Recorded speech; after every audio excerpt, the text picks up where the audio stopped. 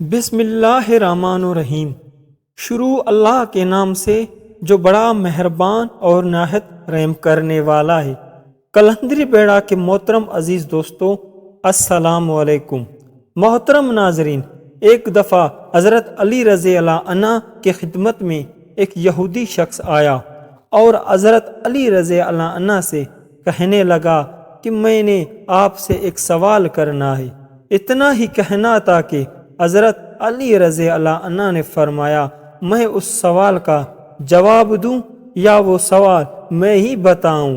اتنے میں ہی اس یہودی نے کہا کہ میں نے سنا ہے آپ مسلمان جب عبادت کرتے ہو تو برے برے خیال آتے ہیں، جبکہ ہم عبادت کرتے ہیں ہمیں نہیں آتے۔ اتنا ہی کہنا تھا کہ حضرت علی رضی اللہ عنہ نے جواب میں فرمایا، اگر ایک گھر فقیر کا ہو اور ایک گھر امیر کا تو چور کہاں جائے گا؟ تو یہودی نے یہ سن کر کہا، امیر کے گھر میں، کیونکہ وہاں دولت ہے۔ تو حضرت علی رضی اللہ عنہ نے کہا، تبھی تو شیطان ان کو ستاتا ہے جن کے دل میں اللہ ہو، اور جن کے دل میں اللہ ہے ہی نہیں تو وہاں شیطان کا کیا کام؟ سبحان اللہ۔